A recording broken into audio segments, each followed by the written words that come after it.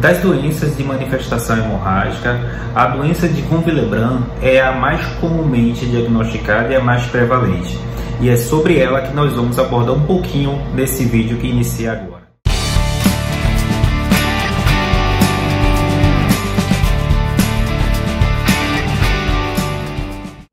Olá, meu nome é Gibson Cruz, sou médico hematologista do canal Hemato na Web. Vamos ficar aqui cerca de 10 minutos abordando um tema interessante e relevante acerca da hematologia ou da medicina de maneira geral. E se você não segue o canal, considere se inscrever. E claro, se você gostar do conteúdo, considere também dar o like e assinar também os sinos das notificações para que você seja notificado das possíveis publicações futuras. Vamos ficar aqui hoje abordando um tema que é interessante e muito relevante e muito comum, muito mais comum inclusive do que você imagina, que é a doença de von Willebrand ou deficiência de von Willebrand. A doença de von Willebrand é uma doença hemorrágica, ou seja, aumenta o risco de sangramento, e ela possui características genéticas principalmente, apesar de que também há o conceito da doença de von Willebrand adquirida. Mas eu não vou me envolver muito nesse vídeo, nesse segundo tema, que é a doença de von Willebrand adquirida, porque inclusive ela merece um vídeo próprio acerca de sua explicação devido à sua própria complexidade. A doença de von Willebrand que nós vamos abordar aqui é aquela de origem genética, ou seja, possui uma alteração no DNA e a transmissão dessa alteração ocorre de forma hereditária, ou seja, de pai para filho. A doença de von Willebrand ela possui predominantemente um padrão de herança dominante. Eu falo predominante por quê? Porque na verdade existem diversos subtipos de doença de von Willebrand. Classicamente, a doença de von Willebrand ela é dividida em 6 grupos. O tipo 1, o tipo 3 e entre o tipo 1 e o tipo 3 tem o tipo 2A, 2B, 2M e 2N. Pesquisadores mais recentemente têm buscado também acrescentar uma outra classe nesse grupo de doenças de von Willebrand, que é o tipo 1C. Essa classificação tipo 1C é aquele paciente que possui quantidade de von Willebrand inferior aos valores considerados normais, mas porque ocorre um clearance, uma redução muito rápida, ou seja, ele fica muito pouco tempo na circulação. Mas isso ainda não é consenso de todos os pesquisadores. O tipo 1 geralmente é o tipo mais facilmente diagnosticado.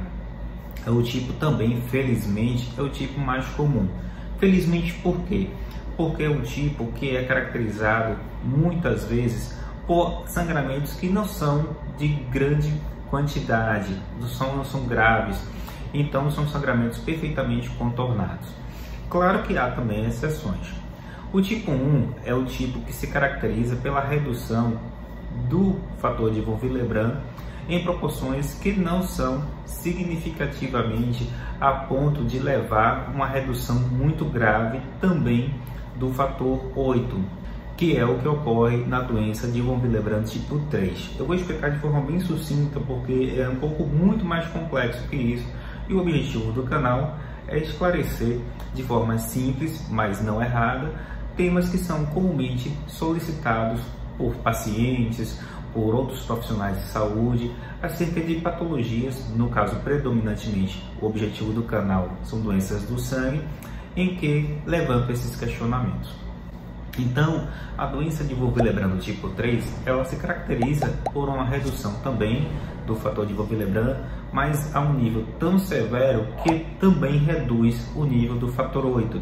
Isso por quê? Porque o fator de von Willebrand e o fator 8, eles circulam mais ou menos de forma conjunta, como se fosse uma chave fechadura, em que os níveis de fator de von Willebrand, que é isso aqui, eles mantêm a estabilidade do fator 8, fazendo com que esse não seja rapidamente degradado. Se você reduz a fechadura, você também vai reduzir a chave, porque a chave é rapidamente degradada. E a doença de von Willebrand do tipo 3 se caracteriza por isso, pela redução significativa do fator de von Willebrand e também a redução significativa dos níveis de fator 8. E isso faz com que a apresentação clínica seja diferente. Enquanto no tipo 1, geralmente os sangramentos são leves, no tipo 3, os sangramentos, na maioria das vezes, são severos, podendo simular doença como é a hemofilia, que é a deficiência do fator 8. E, consequência disso, além do sangramento mucoso, seja boca, conjuntiva, nariz, ocorre também a possibilidade de sangramento cutâneo, outros sangramentos, a exemplo de hematúria, e, claro, a possibilidade de ter hemartrose, que é o sangramento para dentro da articulação, uma situação que é bastante grave, que pode complicar pacientes com hemofilia. Outros tipos de doença de Von-Willebrand, que são os do tipo 2, como eu afirmei anteriormente, são 2A, 2B, 2M e 2N. Esses subgrupos de doença de Von-Willebrand já possuem um diagnóstico um pouco mais complexo, porque não é simplesmente a redução do fator de Von-Willebrand, do fator 8 ou de algum outro fator que seja associado ao próprio fator de Von-Willebrand, como é o caso do cofator histocetina. Nesses casos, ocorre uma diminuição, às vezes, da ligação do fator de Von-Willebrand, porque o fator de Von-Willebrand não possui uma afinidade adequada ao colágeno, não possui, às vezes, uma afinidade adequada ao receptor da plaqueta. Às vezes, a plaqueta é que se apresenta defeituosa, fazendo com que não ligue o fator de Von-Willebrand, e isso pode ocasionar, inclusive, redução de plaquetas. Então, a gente deve buscar características clínicas do paciente, ou seja, que tipo de sangramento aquele paciente se apresenta, se é um sangramento predominantemente em mucosa, ou seja, boca, nariz, se é um sangramento predominantemente cutâneo, ou os dois, ou ainda possui manifestações mais graves, como é o caso da hemartrose. No caso da doença de Von-Willebrand, a gente deve ficar atento também a alguns fatores que vão se associando ao fato de ter o sangramento. É uma doença que é muito diagnosticada em meninas, mulheres, não porque ela é mais comumente prevalente, ou seja, geneticamente em mulheres, mas por quê? Porque as mulheres têm a manifestação hemorrágica, entre aspas, da menstruação, ou seja, as mulheres sangram todo mês, e em consequência disso, o sangramento aumentado, que também é uma característica comum da doença de Von-Willebrand, sinaliza a possibilidade desse diagnóstico.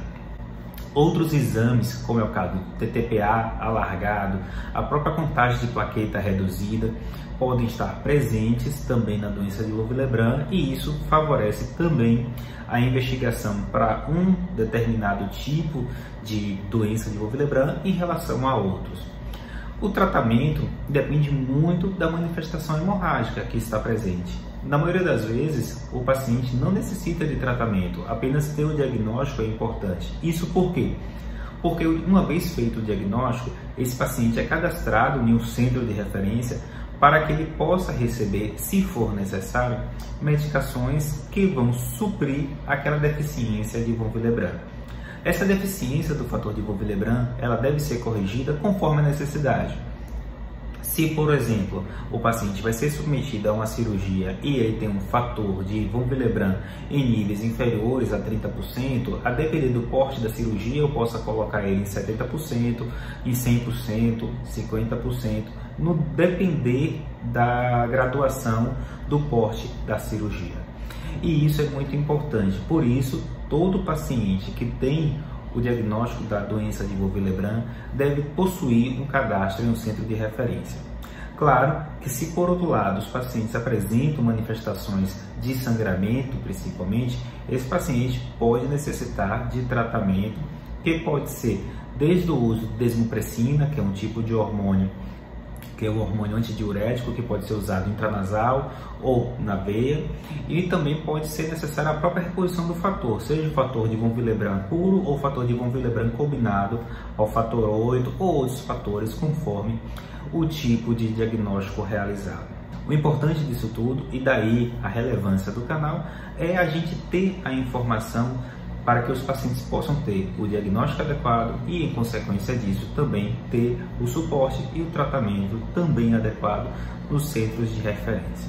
Os exames mais simples para o diagnóstico da doença de Von-Willebrand possuem cobertura pelo SUS. Outros exames são mais complexos e necessitam muitas vezes de o paciente estar em um centro de referência ou centro de pesquisa que faça esses exames a fim de que possa concluir o diagnóstico. Geralmente é o caso das deficiências, de von Willebrand do tipo 2, em que às vezes eu preciso de exames, a exemplo da eletroforese dos multímeros de von Willebrand, a própria imunofenotipagem, a fim de que eu possa perceber se aquelas plaquetas possuem deficiência para alguma das glicoproteínas, que são os receptores. Pode ser necessária a própria curva de agregação plaquetária com determinados testes, a exemplo da curva de agregação plaquetária com colágeno, da própria agregação plaquetária com histociatina, a fim de que eu possa verificar se há alguma alteração qualitativa da plaqueta ou ainda uma deficiência no receptor que faz a ligação da plaqueta, colágeno, fator de von Willebrand. É importante também falar algumas curiosidades acerca do fator de von Willebrand. O fator de von Willebrand é diferente de acordo com alguns grupos sanguíneos e por isso nem todos os valores são iguais para todos os pacientes. Cada um possui uma referência de acordo com o grupo sanguíneo e por isso é importante, às vezes, eu saber o grupo sanguíneo do paciente para eu verificar se aquele paciente possui também deficiência. Uma outra curiosidade, não necessariamente o fator de von Willebrand um pouco abaixo do valor normal significa que eu tenho uma doença de von Willebrand. Eu devo combinar a história do paciente, a história de sangramento do paciente, a história da família, inclusive se for necessário fazer um chamado heredograma, que é a avaliação hereditária do paciente. Uma outra curiosidade do fator de von Willebrand é que ele aumenta no decorrer da idade.